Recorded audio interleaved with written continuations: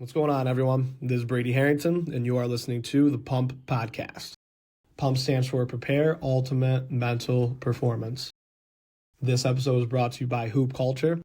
Hoop Culture is your off-the-court, unique and authentic basketball streetwear. You can use our 10% off code HCFAM-pump. I repeat, HCFAM-pump to receive 10% off your next order.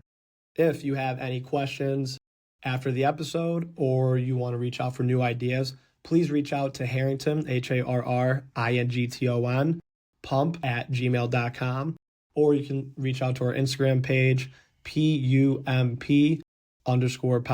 I really appreciate you giving this a listen. Hope you enjoy. Thank you.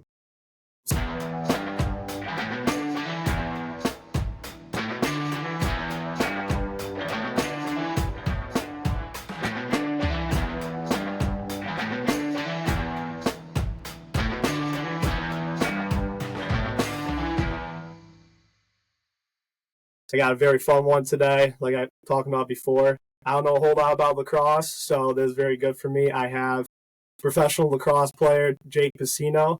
Jake, thanks for hopping on, man. How's everything going? No problem. It's going well. Can't really complain. Yeah. Just kind of living life day by day. Yeah, awesome. And so, yeah, we talked about it a little bit, getting into your journey and the process of everything. Just describe, you mentioned that you grew up in the Liverpool area. Just give me a little bit of a background on what got you to this point. Yeah, I mean, so living in Syracuse, New York, Liverpool, New York is right by the city of Syracuse, like 10 minutes out, and then right by us is Onondaga. So, lacrosse was always kind of there, but I actually started off playing football and basketball. Always loved basketball. Basketball was a huge sport of mine, and then football, I'll say it to everyone. I might seem away on camera, but I'm 5'8", 185 pounds. Yeah. I didn't really hit that growth spurt, so I knew basketball wasn't gonna be it, and football was always kind of tough for me just because I wasn't always the best at it. So lacrosse kind of came into my life around like first grade, and I just kind of fell in love with it. Continued playing basketball throughout my whole life, but lacrosse kind of became like that first primary sport to basketball being my secondary sport. And just kind of fell in love with it. And then, ran with it throughout high school. And back when I was in high school, I know times are different nowadays with recruiting and everything like that. But back when I was in high school, you could be committed to a college in your freshman year of high school, which is kind of crazy to me to think about nowadays, because now guys aren't even committing until their senior year, and their real recruiting year is their like junior year and everything. So my 9th grade year, I started getting looks to colleges and everything like that. I started going on visits my freshman year of high school. I didn't really know what I wanted to do when I grew up, but I always knew that I wanted to, play professionally. And I think that was always top of my list. And I think that my dad kind of put that into my mind where, if you're doing this for the long run. To me, it wasn't always about, you gotta play lacrosse to go get a job later in life. It was like, I'm going to play this and I'm going to try to be a professional lacrosse player. So I think I kind of took that into my own hands when I was in high school, and I started getting looks at, went through a couple obstacles, getting injured here and there, and for the most part was pretty healthy. But I think, high school definitely took off, and I started getting looks, and I ended up at Albany and had a good college career and everything like that, and then ended up getting drafted after my 5th year in college, and it's kind of just up from there now. Yeah. I'm kind of just living the life that I always told myself I was going to have. Yeah, no, that's great. And I think that's great from the beginning. What you mentioned is putting that in your mind. I know some people think, oh, this can maybe happen, but you mentioning, hey, this is what I'm going to do until something stops me or I cannot get there. That's the best way to go about it if you truly believe in that.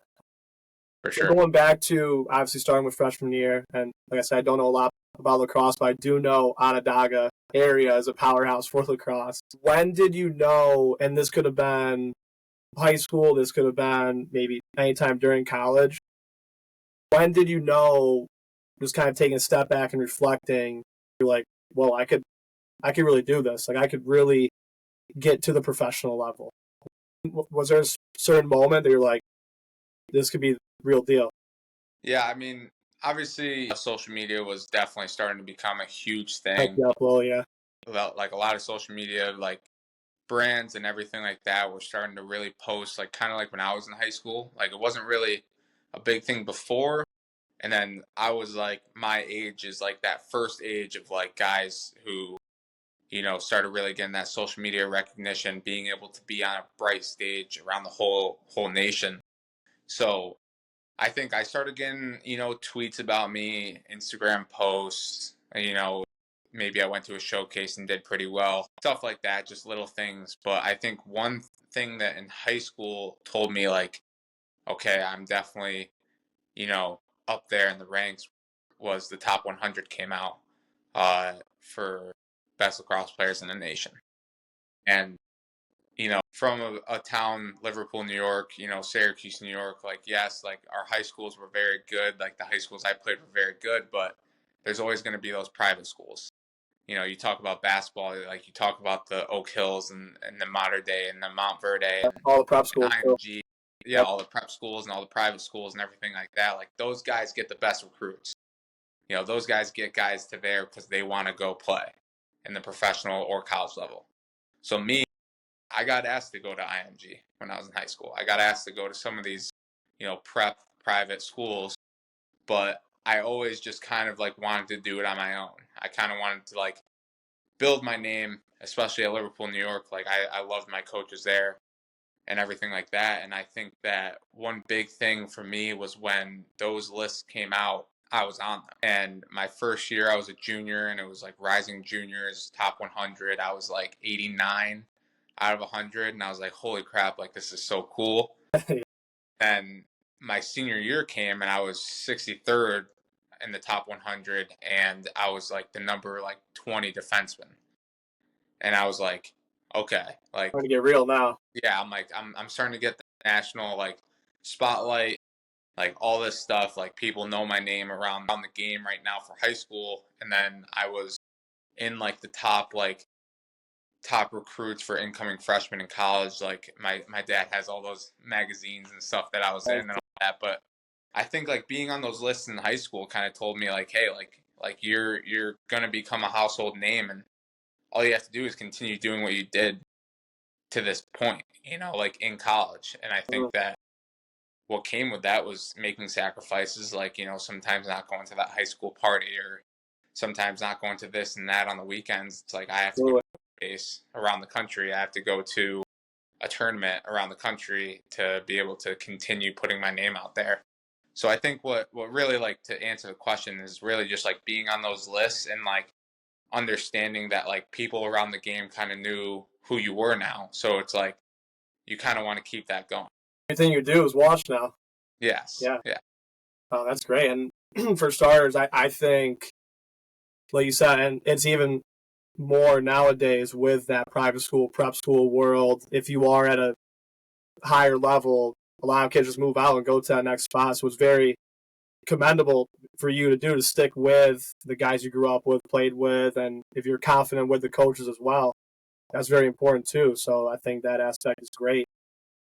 So with that, obviously, like you said, there's a lot of sacrifices, and anything you do, if you want to get to a certain level of anything you try to achieve, there's sacrifices. Was there any time during high school and even like early in college where maybe not like a burnout phase, but it's like, I just want to hang back and not go to the showcase or go to this tournament? Like, what made you deflect that devil on the shoulder and keep you moving?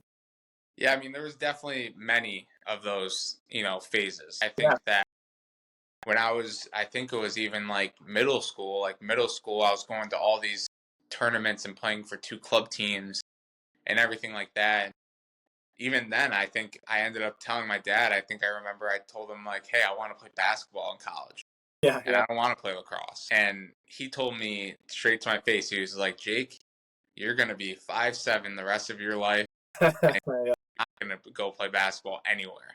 And I was like, okay, but like I feel like I could get really good. And then he was like, I talked to my coach, who at the time I grew up with Rick Beardsley, who is a huge name in lacrosse. He told me straight up, he was like, listen, you got to stick with lacrosse.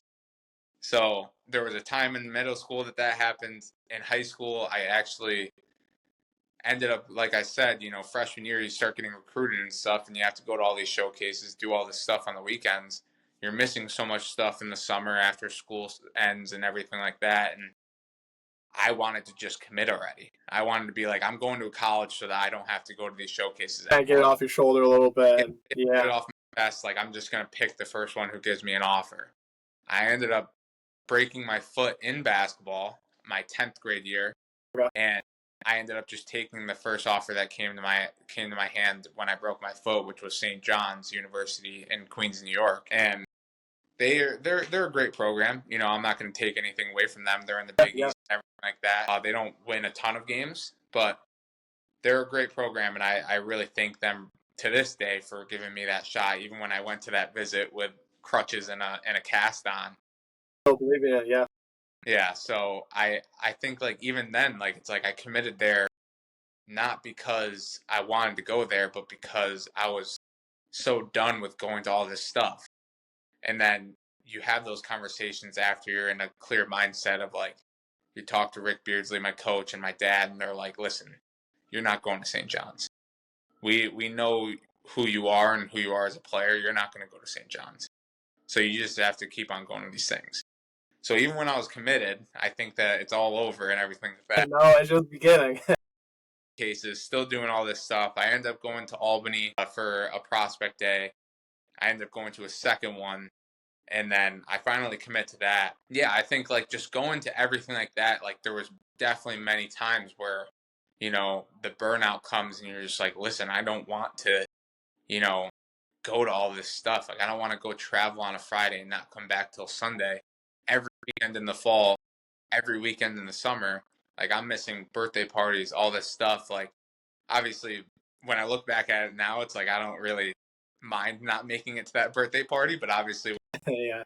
when you're 15 years old, you're like, It's a big deal. Like, big deal. Yeah, when you're 15 years old, you think, like, life's ending. Like, oh, I can't go to Jerry's freaking birthday party. Like, yeah. It's really not that big of a deal, but, like, at the time it was. And there are definitely those burnout phases. And I still, like, I coach now, like, kids and high school kids and middle school kids, and I tell them all the time, it's like, you got to find the love for the sport. And I found that. And I think that I tell them all the time, it's like, listen, if you don't want to go to a training because you just don't want to go and you want to go and play video games, it's like, then you don't really love this sport. Find something else, yep. Yeah, it's like you don't really want to do this for your life. And I think that that's, it's a great but horrible thing that, like, you have to be honest with kids these days. And it's like, it's not as cut and dry, because I can tell you what, there was a lot of times when I didn't want to go to a tournament or a showcase back then, and my dad still made me. Yeah. And, like, I know nowadays, like, parents probably won't, like, if their kids say no, it's like, okay, well, then we can just stay home, and I think that you got to find that balance of like, do you really want it, or is it just kind of, there, and, like, because there's many kids, they go into college and they get to that D1 level and their parents are all happy that they finally made it there. But then, they end up not playing their freshman year. They end up, just trying to, and they're like, okay, I'm fine with this. Like, I'm just going to ride it out. I made it to D1. I'm on a D1 team. I don't have to do anything further. And I think that that's, like, the difference of, me, where I had my burnouts in high school, but I found that love for the game. And after my 10th grade year, it just went like this. Like, I'd never stopped after my 10th grade year. I was like, I want to be the best. And even in college, it's like, you go through those burnout phases. Like, my freshman year, it's like, you go through those burnout phases where you're practicing every single day and you're not really used to just doing lacrosse. Like, I was used to doing lacrosse and then having basketball in the fall. Mm-hmm. So it was like, once basketball started, it was like, okay, all lacrosse. Yeah, it's like, I'll put the stick down for a little bit, play basketball, hoop it up, then I'll find that love for lacrosse again, and I'll want to get back on the field. It's like, I went through that phase my freshman year. I was like, holy crap, this is just lacrosse for freaking 9 months of the year. Like this is nuts. So it's like you go through those burnout phases all the time, but I think that if you really love what you're doing, that's what's gonna drive you to just keep on going every single day. Yeah, that's great. And that's a good point you bring up, because people think at times, like maybe the one time they experience burnout, everything is like at a panic. It's like, oh, like maybe I shouldn't do this, and all of a sudden you rethink everything you did. But there's certain levels to burnout. There could, and I think you experienced damn near, like, say if there's like 4 tiers to it, you probably experienced most of those tiers. And I think the biggest thing for whoever's listening to this is when you experience that, like, kind of establish what level it is to you. Because some reach that very top and it's like basically contemplating, I'm done for the rest of my life, or I'm done, I got to change it up. And some need to realize, and it was great that you had, especially your old coach and your dad in your corner, and there's probably other people too, but those people that need to tell you what you don't want to hear. You're going to hear that. If you want to get to a high level at anything you do, you need people in your corner that are going to tell you things that you're going to get pissed off at them about, that are, they're only doing not to be a pain in the ass, but they want to push you forward and they see something in you. That means they care. And I think in regards to coachability, that kind of all comes along with it. There's a reason to everything, and getting pushed into a next level and getting to that showcase when there's a birthday party or graduation party. And it's tough in the moment, but I mean, in general, just with how everything goes, once you get pushed to that level and you take that all in with that positive type of attitude, and then get you to a great spot. So, well, let me into the next question. I know the thing about it originally, but showcases. And this, I'm glad that you played other sports as well, so you have a good feel for kind of the well balance of everything. But I was just at one. I've been at a couple of these past couple weeks, either coaching it or just recruiting for it. And I always tell players, do, like, when you're at a showcase, do what you're good at and don't go out of your realm, or don't go above and beyond to things you're uncomfortable doing. Mm-hmm. Because it's better for college coaches to see 1 or 2 things you're really good at rather than 1 or 2, but then those that 3 and 4 you're not as good at, and that stands out a little bit more. For you, since you've been to a lot of showcases, what do you recommend to younger athletes to make them stand out without being too selfish and doing too much? Yeah, I mean, that's a really good question, because like we said it with the burnouts, it's like I've been through every single tier. Like, and I'm only 23 years old, and I know that I've been through every single tier from this day till when I started. Like, same thing with the showcases and all this stuff. It's like I went through that beginning phase where I didn't know if I was going to be good enough. I went through that phase where I was okay, but I still had a lot of work to do. I went through that phase where I was damn near getting really recognized, but I couldn't stop there. And then on and then on. So I think that for me, I started going to showcases when I was in 7th grade, when you start being able to. And I remember I went to this one, I'll still remember to this day on. And I wanted to actually add this part to the last question, and I'll add it to this one. Yeah. I'm okay with being vulnerable, right? Very good quality to have. Yes. So I'm very okay with being vulnerable, and I will let you know right now, I'll remember this till the day I die. This happened a couple of times, right? And this is why I love my father to death, and he's my best friend. I went to the showcase. It was at Henniger High School in Syracuse, New York. There wasn't great competition there. It was a 7th and 8th grade showcase, like nothing major. I went there, it was my first showcase, first time to kind of like show what I had against people who I didn't really know. And I played horrible. I was slow. I was not taking the game that seriously yet. And it's a very quick drive to Henniger, probably 20 minutes from my house. I still remember to this day, I was yelled at, and it was constructive criticism, but he was letting me know about everything I did wrong from the minute we got into that car to the minute we got home, and then on. Thank God it was only a 20-minute trip. Thank God it was only. Yeah. But this is why I add this part, is that I'm okay with being vulnerable. There was many times after tournaments in the beginning stages, 7th, 8th, going up to my 9th grade year, where he was letting me know on those 4-hour drives to Philly that I was not doing well and I wasn't doing enough. Mm-hmm. And that, maybe once or twice a tear came out. I'm not going to say I was bawling my eyes out in front of people. Hey, listen, man. Like I said, I'm okay with being vulnerable. It's like I was very sad that I was not only letting him down, but I feel like I was letting myself down because I wasn't playing to my full potential. So this is what I would say to that question about showcases and not doing too much, but not doing too little. It's like, for me, I had to learn that, and it's the same with all these kids that we coach. It's like, there's a lot of players out there that have a lot in them that they're not showing. There's a lot of players that will take words like "don't do too much" and they will be like, okay, well, coach said don't do too much. I'm just gonna ride out and just try to kind of not be seen.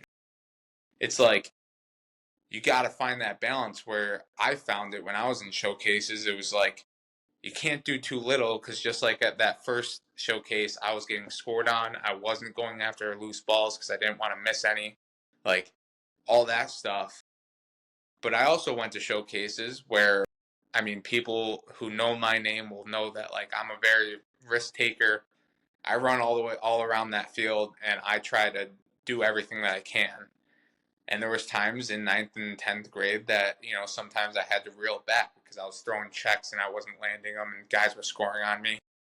So I was like, okay, I got to find that middle ground. So I think to that point, telling these kids in showcases, it's like, don't be under your potential and don't try to just skate by without being noticed because you don't want to mess up. But also don't do too much that you're flying way out of your circle, way out of things you're good at. And it's like, that doesn't mean that you shouldn't take risks. That doesn't mean that if you're an attackman, that if you have 2 goals already, that you should just try to find other kids to score goals. It's like, no. If you have an opportunity to score 10 goals, but they're good opportunities, those coaches on the sideline understand lacrosse. They're not coaching lacrosse just because they're there to critique people. They understand the game. You leave that showcase with 10 goals in a game and they were all good goals and you weren't trying to go through everyone, they're going to be like, okay, he finds ways to score and finds good ways to score. And it's the same with all positions. Like defense, it's like, if you do what you have to do and you leave your guy with 0 goals, right, you did your job, right? But if you go through that game and just worry about your guy and you don't play team defense, or you don't go after loose balls, get ground balls, do things like that, then they're going to be like, okay, well, he was good at guarding his guy, but he wasn't doing anything else. So I think to answer that question is, my advice is to, find that balance of not being under your potential, but not going so far and beyond to where you're making the whole thing about you, right? You have to find that balance, and you have to treat that showcase like that is your team, right? And you got to, even though you're just meeting those guys for the first time, or if you're at a prospect day, you're meeting all those guys for the first time, right? You got to just kind of be in balance with them. And I think that all that stems from you just doing your job, but also taking risks. Because no coach likes a guy who is just doing things right by the book and not doing anything else. I wouldn't be here today doing this podcast. I wouldn't be a professional lacrosse player if I didn't take the risks, if I was just a defender, right? I can do a lot of things around the field, and I'm very proud to say that I'm an overall good player. And I think that out of all of that stuff, it's about taking risks, but understanding where your circle is, Yeah, no, that's great, because I've sometimes thought about it too, kind of put it in basketball terms, I'm watching a kid. I would rather have a player, say, for example, in a game I watch, I'd rather have him shoot 0 for 8, but take the right shots and do all the other things well, rather than a player that might have been the highest scorer of the game, but it didn't put their team in the right position to win. Yes. You got, like you said, overall, from what I got out of it to shorten it, is make sure you take the correct opportunities the right way and run with it. Because if you kind of hide behind everything and you just do enough, or you're in that mentality of I got to get by this, and you're in that don't mess up, don't do this wrong, you're going to do something wrong if that's all you're thinking about. And taking the proper, because people take risk the wrong way sometimes, where every time you say, oh, he's risking this, he's risking that, and it's a negative thing, and or high risk, high reward. But taking a risk, especially for showcases, that's something you got to do, because you got to once an opportunity is given to you, it'll be given to you. Don't some people feel bad for themselves where they just don't feel like they have the right opportunity, or they're sticking to what they think is good for the team. And the other negative to it is, for the most part, you're meeting those guys for the first time playing with them. So it's still make sure you got to show that you can be a good teammate to basically strangers, but also what can I do that other teams would need while not, going above and beyond and kind of getting too out of control out of your own realm. Yeah, exactly. So, that's awesome. Kind of moving up a little bit. Albany, like you mentioned, and we talked before about this, great 5 years. Everyone to be around. I lived in Albany for a year, enjoyed it myself. When you got there and started getting established better, what was your biggest bump in the road? What was something? I know obviously there could be a possibility with injuries or even playing time. I got to look into a little bit from your freshman senior year, but was there anything that stood out to you that also required a lot of learning to do? Because now those people in your circle, we started talking about Liverpool, the showcases, working your way up. Those people did their jobs. Your old coach, your dad, they did their jobs getting you to a high level of lacrosse. Now it's basically, they can still help you, but at this point, it's on you. You're older, you're more mature. You need to be on yourself. So is there anything that stands out to you with that question that slowed you down a little bit that you had to get by? Yeah, I mean, I'm very glad to say that I actually was able to practice every single practice. Wow. And play in every single game in my 5 years at Albany. Incredible. So I'd never missed a practice. Not even if I did feel sick, I was still going to practice. I know I had a lot of teammates. I'm not going to say their names, obviously, but I had a lot of teammates in my 5 years that, they weren't there, and coach was like, "Oh, this guy's not going to be here because he has a cold." The easy way out.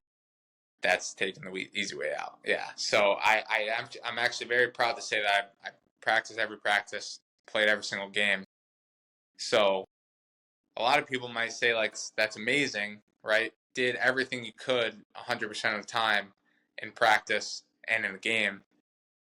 What that leads me to say is that, to go into this question, is that there was a lot of times, because I was at every practice in every single game, that things might go wrong. You might not have a great practice if you're practicing every single day for that whole year. Yeah.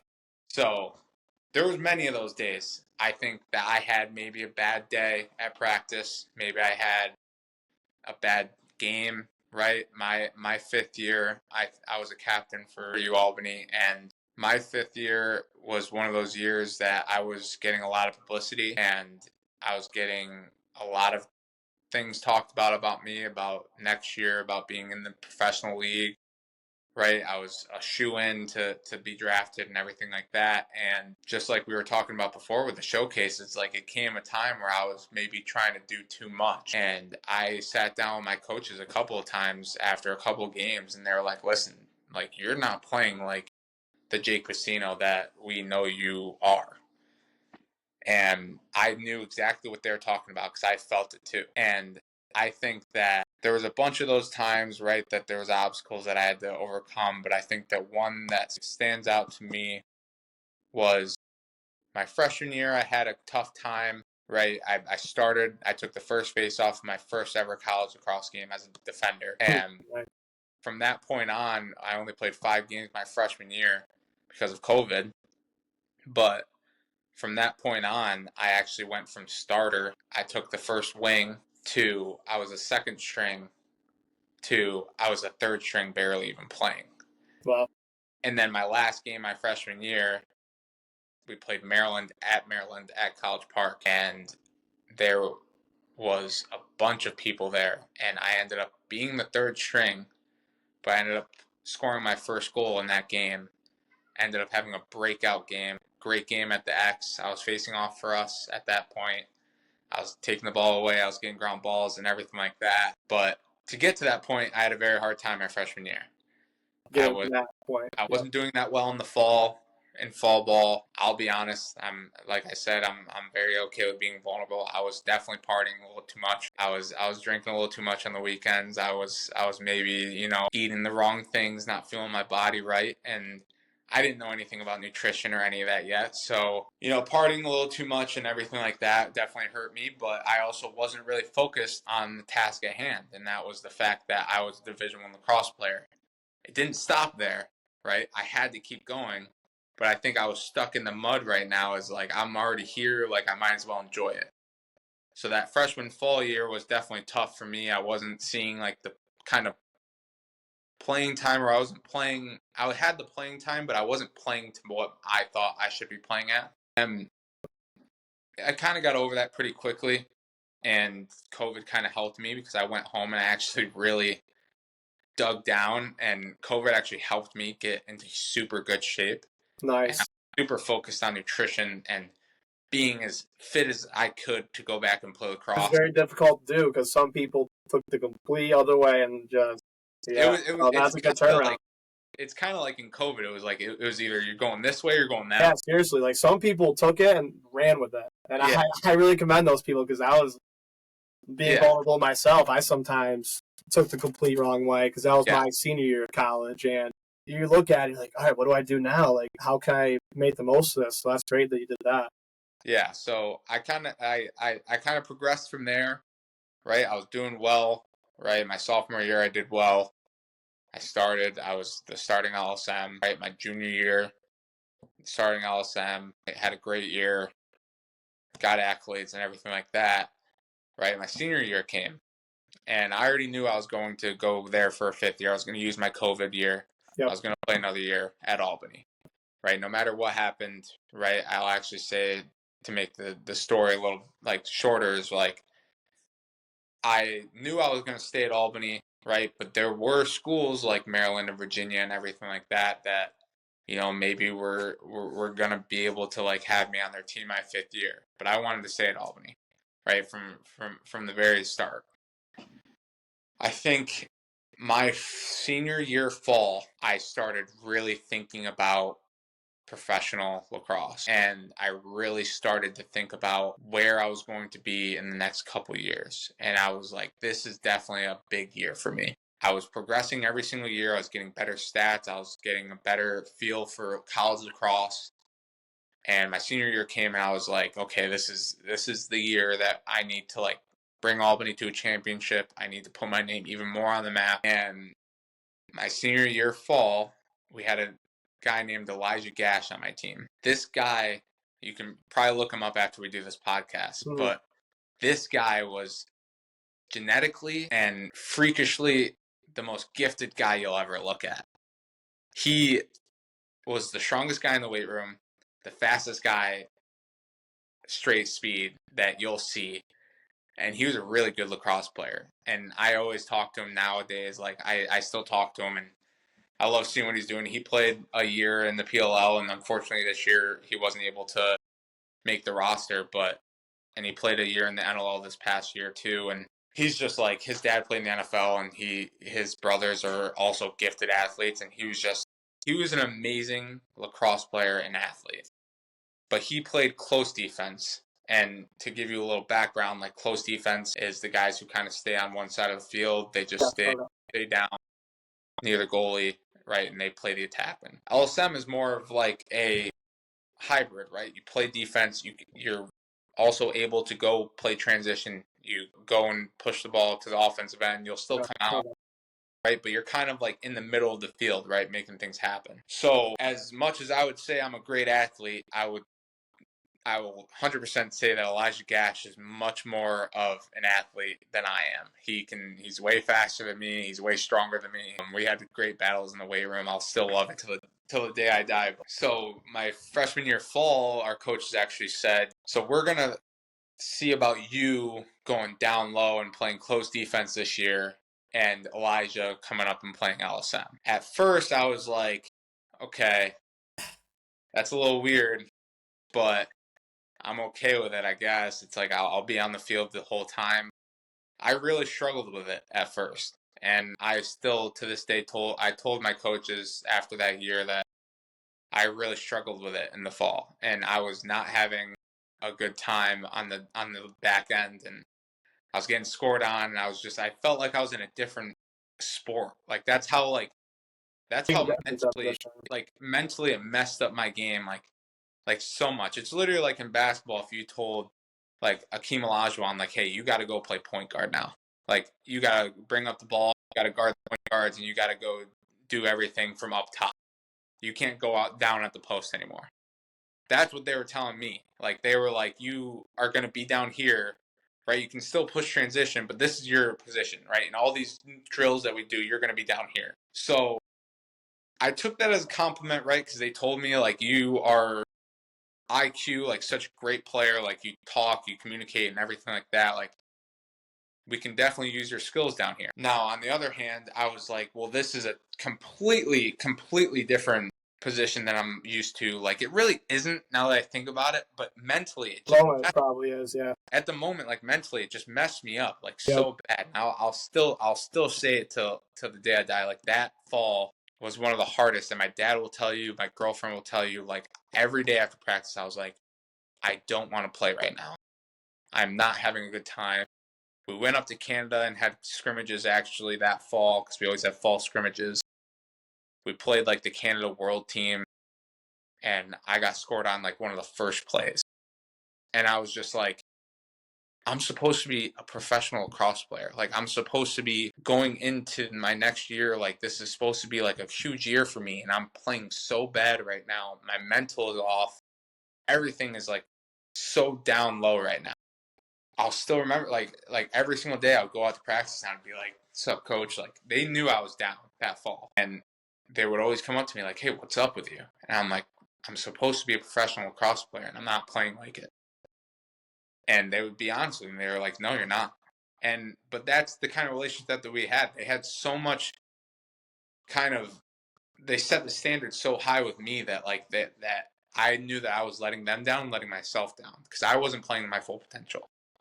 And so that's like the long version, right? Like to answer that question, like that I think is the most defining moment in my college career that senior year fall was such a bad fall for me that I turned it around that off season in December, January, and when we went back to school in later January, that was like, I don't know why I'm freaking out about this. Like, I'm going to just go out there and freaking play.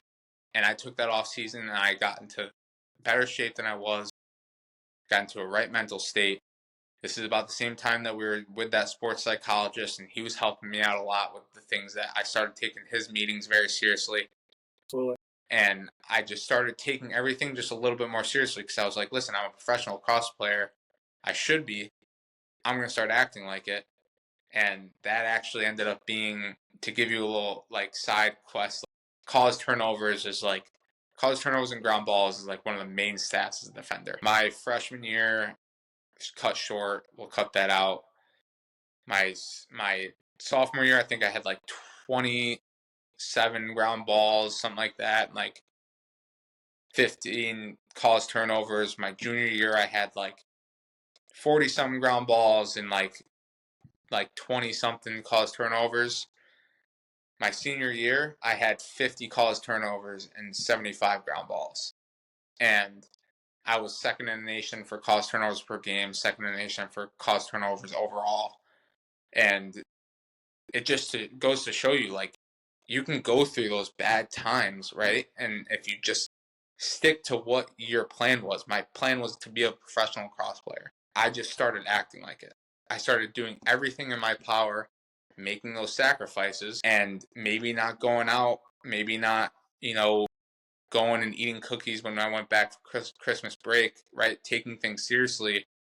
And I made that senior year one of my best years that I've had. So I think to answer that question, like that year was definitely my year that was a big road, like bump in the road, but I made it that second half of that year, that like my second best season of my 5-year career. Yeah, and for starters, going back obviously your freshman year, anywhere you go, no matter what, whether it's high school, college, there's always going to be distractions. And it's how, like, obviously some are higher than others. I'm assuming Albany was there's plenty of distractions. So, no, I mean, and with that too, I think a cool part with that, it's a little bit like a high schooler going into college as well. It's very difficult, especially your senior year, to stay present with your team and what you're doing. Because whether you're a senior in high school going to college or a senior in college trying to play professionally, you start thinking about the future. Like, hey, if I have a couple bad games, where am I going to end up at? And what's going to happen if I don't do this? But with you and a beauty to fall leagues and preseasons and scrimmages, you can figure some things out. There's some leeway to make those errors and mistakes and challenge yourself a little bit more and figure out what you need to attack before making your way into regular season play. But overall with that, it's just, if you think about any game you play and you're not in the present and you're thinking about how that's going to impact your draft stock, your future to either getting into the school or being a part of this program, you're going to go down a rut that is very difficult to get out of. And with you talked with people early. And we'll get into this in a couple of minutes, talking with a sports psychologist, and overall just you let your game talk because you knew how good you were and still are. But when there's a couple of games that set you back, it's concerning. It hurts, especially going into that new position. And overall, I think just making that stand of, this is what I'm going to be, go act like it, and make everything that simple if you're capable of doing it. And that's what it sounds like you did, and making those adjustments and making sure that, I think you mentioning this, which was great. I think vulnerability is going to be like a huge theme of this podcast, but being vulnerable and accepting I'm not a professional right now. And it's very hard to say, especially with all the social media hype and assuming you had so many voices in your ear, just blocking all that out, accepting it, and turning it around when you had that time. So, no, I think all of that is very great, and really battling through adversity, it's very difficult to get to. And I'll even add one other thing, is that like my senior year was great, all that stuff. And it's like always that focus on like you want to top that next year, right? So I progressed all these years, and it's like I remember going into my 5th year, I was like, how the heck am I gonna top 50 caused turnovers and 75? Yeah, it sounds like beating that was a little difficult. Yeah. So, but like the way that I am, I was like, I remember telling my dad, and we were in a line at Chipotle. I remember a lot of the weird things, but I remember telling him, I'm like, this is what I have to do to get to that range. If I play 15 games, I'm going to do it. Right. And my 5th year, I had a great summer. Before that, I went to San Diego and played for the World Championships with Team Haudenosaunee. Nice. I was the defender of the tournament, right? And I was one of the only college players in that tournament. They were all professional, right? So I was playing with a bunch of professional guys. I was named defender of the tournament, and I was on the world team, which there was only 7 of us on that team out of all the nations in that tournament. So I ended up getting a lot of publicity from that. Going into that fifth year fall, I had a great fall. Everything was like going up and up and up, Yep. right? So I couldn't stop, right? I had to keep on working because I knew when the season started, none of that fall stuff mattered anymore. I need to make it this season the best. Season started off really well, right? I was doing really well, right? I was getting highlights shown all on social media. The social media was hyping me up like crazy, right? And I was getting looks like, hey, like this is early mock draft of the PLL draft. Like Jake Piseno is a top 10 pick, and Jake Piseno is going to be one of the first defenders off this board. So being a college kid, right, and your whole dream is to be a professional lacrosse player, like holy crap, okay, like I gotta, man. That's overwhelming. yeah, let me buckle in a little bit right here, like I gotta like keep my mind right. Yeah. So the whole year was going well and everything like that. Now, again, being vulnerable, right? You got to give props where it's due, right? You're never going to be able to be perfect any game. I'm first one to say, like, I can guard anybody in the country. I'm also the first one to say, if I get scored on, it's probably because that guy's really good, right? I know I'm going to get scored on sometimes. I know I'm going to not catch the ball sometimes. I know I'm not going to be the best defender on that field all the time. Right? It's all about being vulnerable. It's understanding that I'm at the stage where I'm at. You're going to have a target on your back, right? Especially getting all that publicity, everything like that, right? So you got to give props where it's due. I'm sure he's not going to watch this podcast because I don't even know if he has social media, right? But there's a guy named Matt Brandow, and he played for Yale University. I'm getting all this publicity because I went to Virginia, which is a top 5 school. They've won the past 3 out of the last 5 national championships. Us Albany, SUNY Albany goes to Virginia and goes and plays them. Everyone thinks that they're going to beat us by 20. We were actually tied 3-3 at halftime. And I'm having the game of my life, right? I'm guarding the best attackman on that team. He's projected to go top 2 in the PLL draft. I take the ball away from him with one of my signature checks, right? It's getting blown up. So after that game, I scored 2 goals, like everything like that, like gets blown up. This next competition is Matt Brandow at Yale. I have to go guard him. He's Yale's record holder in points. He's getting all this talked about as well, about what he's doing. So this is where we were talking about, right? You gotta understand that, like, you can't get too far into certain, like, aspects of, like, your mental, of thinking that something is too big. You know, like, nothing is too big, right? It's every single lacrosse game is the same lacrosse game. Whether it's for a gold medal, whether it's for a world championship, whether it's just a pickup game. It's all lacrosse, and it's all about preparing the same way you prepare and playing the game. Matt Brandow took it to me. Had 3 goals, 5 assists that game. Had a pretty nice day.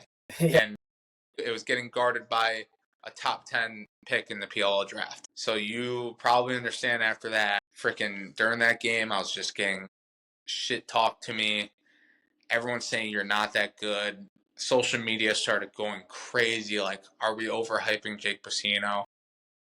All these crazy things that, like, you don't think are going to happen to you because it's lacrosse. Like, I'm not LeBron James, right? I'm not LeBron James who, like, if I score 40 one night and I score 0, he's probably getting so much stuff like, oh my God, is LeBron James too old, right? I would never have thought that.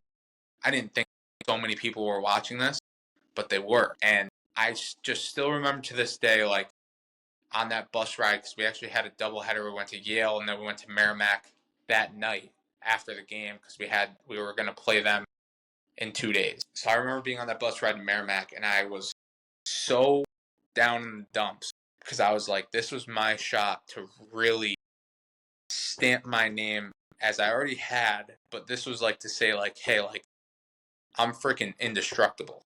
Like, no one's going to be able to, like, go against me. I am the best lacrosse player in the world right now. And I failed. He had a career day against me. And I will just say, like that night I was in such down in the dumps, but you got to learn that you're not going to be perfect all the time. You got to learn that there's going to be bumps in the road. And you got to learn that you can't, like, your mental can't just go freaking because of that one bump. You got to be able to center yourself back and just say, you know what? Yesterday wasn't my day. I have 6 more games of this season to go. There's no reason to be dreading on that. I just have to look forward. So I just want to add that part because, like we were saying, being vulnerable. Yeah.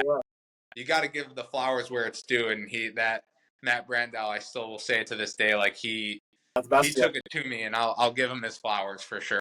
Yeah, and I think sometimes with those performances, especially the game before, like you mentioned, you had an amazing performance, but all it takes is one day, and things go from Jake Piseno, top 10, best defender in the draft class. So, no, I mean that's the biggest thing with expectation is after you do have those big games, even when you do have those games, shout out to Matt Brandel for getting it to you because that sounds like that lit a fire under your ass a little bit. That brought him to being at a great both of us were probably going to that game the same way. Like Matt Brandau was probably like, okay, I'm going against this kid. Like he's getting all this stuff talked about him. I'm gonna take it to him. Yeah. I was saying I have Matt Brandau right now. I'm gonna take it to him and show everyone that he's not really that good. Both of us went with the same goal. It's like one of us are gonna come out on top. Unfortunately, he did that day. But and I think I was gonna follow up with that too. And I know this doesn't have to do with a lot of people, just because of there's only a certain amount of people that can get to the level that you're at right now. But what is one strategy or best way that you did deal with negative social media?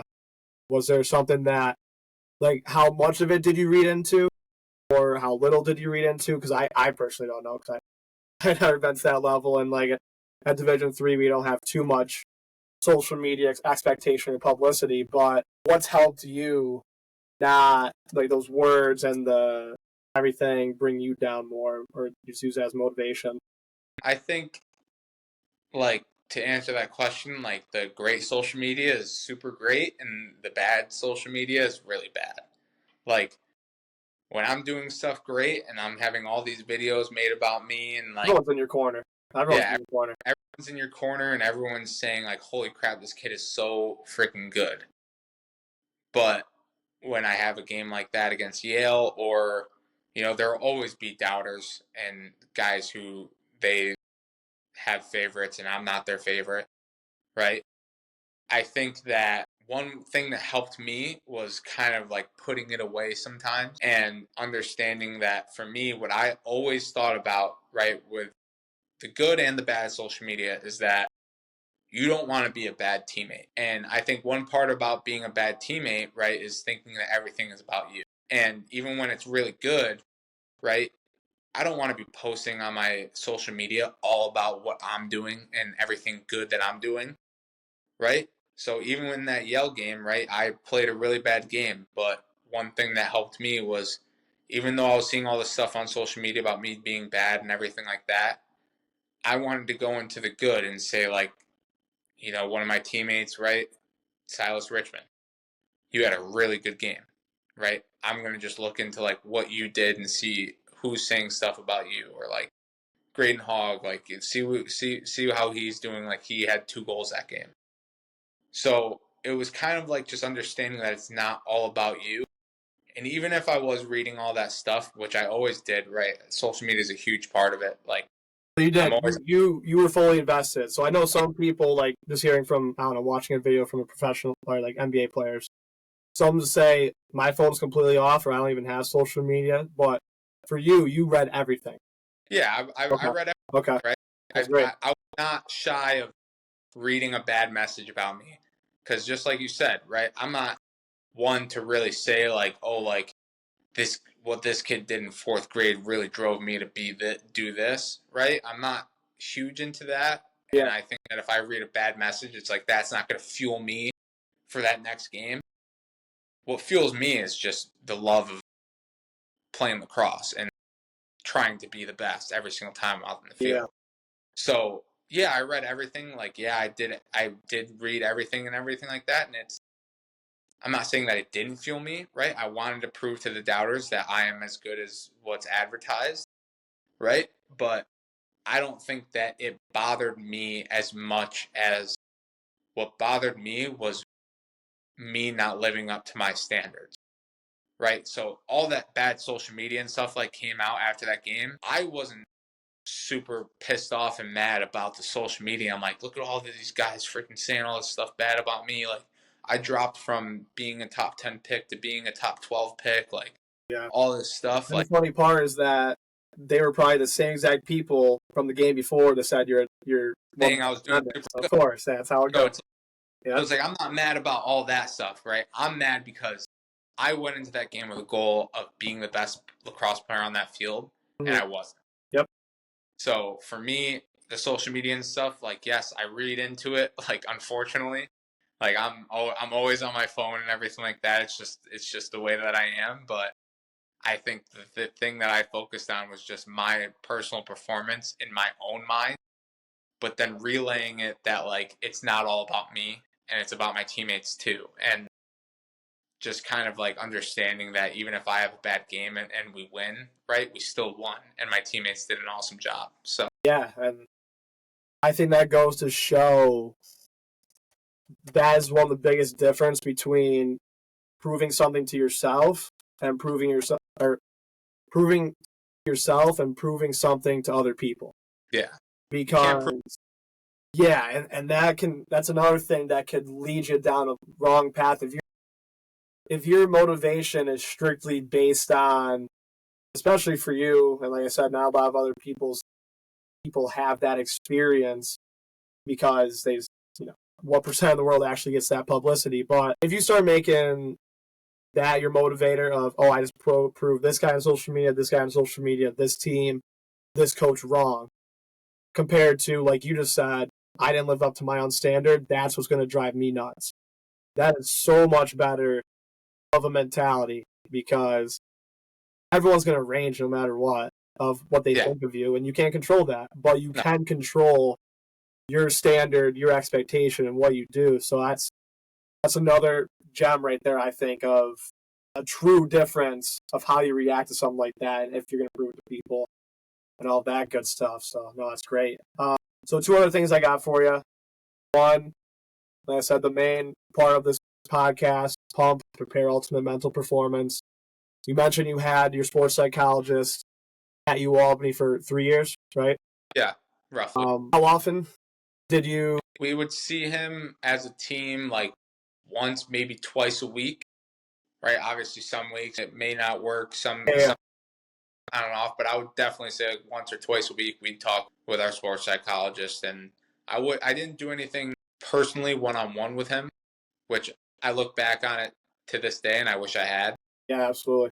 But once or twice a week we'd meet as a team. Yeah. Okay. Yeah, and that was the first thing I was going to mention is even I think the biggest issue in today's athletic world of any type of mental performance is that even if you are at the highest of the highs, you're doing an incredible job, everything, you're living up to your standard, you're reaching your potential, I still think athletes, no matter what, should do some type of one-on-one individual performance to work with a mental performance coach, sports psychologist, just even their coach in general, whoever, like, making that extra reach, because like you said, someone's going to give it to you one of those days. Like you mentioned Matt Brindell, like there's going to be those days the Matt Brindells are going to get you.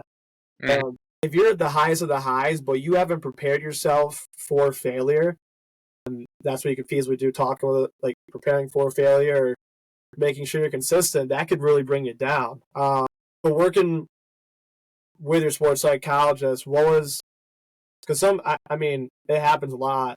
Some college athletes still might be a little immature and they're like, oh, I don't need this, I'm doing great, or there's nothing going wrong, or they're kind of getting too personal with it. What was something that you took away from it in general, besides obviously mentioning one-on-one? Was there anything that your sports psychologist did with the team that was just like a ripple effect, or something that really gave your team that extra boost or advantage?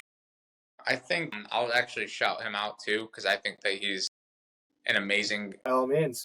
psychologist. His name is Wally Bizdell, and he works with a bunch of teams, right? He works with the Albany women's lacrosse and the men's lacrosse team, and he works with like union hockey. He works with a bunch of hockey teams around us, and then he works with some NHL guys and some professional lacrosse players. That's great. So he works with the best of the best, and he can tell us straightforward that you might be too immature, right, to not take what I'm saying, but I work with guys who are in the NHL and everything like that, so I can tell you firsthand that they understand how important this part of the game is. That's good perspective to put in place. You're talking about guys at the highest of their level. If they're doing it, you should be doing it.